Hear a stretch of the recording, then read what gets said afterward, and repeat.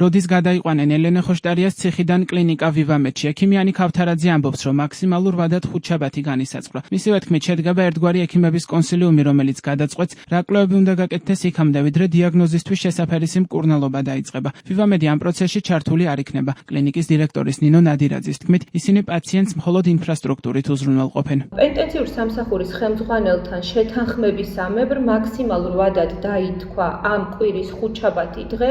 შესაბამისად, შესაძლებელია, რომ ის დღესაც გადაყვანილ იქნას კლინიკა ვივამედში, რაც შეეხება შემდგომ ეტაპებს, რა თქმა უნდა, ქალბატონი მაკა იოსელიანის ხელმძღვანელობით ჩვენ შევეცდებით, რომ შევკრიბოთ ის სპეციალისტები, რომლებიც მნიშვნელოვანია ჩართული იყვნენ ელენეს მკურნალობის პროცესში.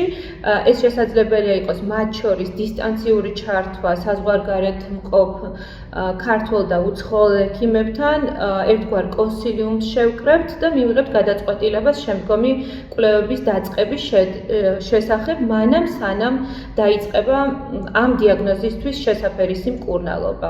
ოჯახი, ექიმები და თანამებრძოლები ელენე ხოშტარიას სამოქალაქო კლინიკაში გადაყვანას 12 დღის განმავლობაში ითხოვდნენ. პენიტენციური სამსახური მოთხოვნას 29 ივნის დათანხმდა. მკურნალი ექიმის მაკა იოსელიანის ინფორმაციით, ხოშტარიას სახსრების ძლიერი ტკივილი აქვს, რის გამოც გადაადგილება უჭირს. ოპოზიციონერ პოლიტიკოს კალაძის საარჩევნო ბანერზე სტუდენტ მეგიდია სამიძის სოლიდარობის ნიშნად წარწერის გაკეთების გამო 1 წლითა და 6 თვით თავისუფლების აღკვეთა აქვს მისჯილი. განაჩენით მან ციხე 2027 წლის მარტში უნდა დატოვოს.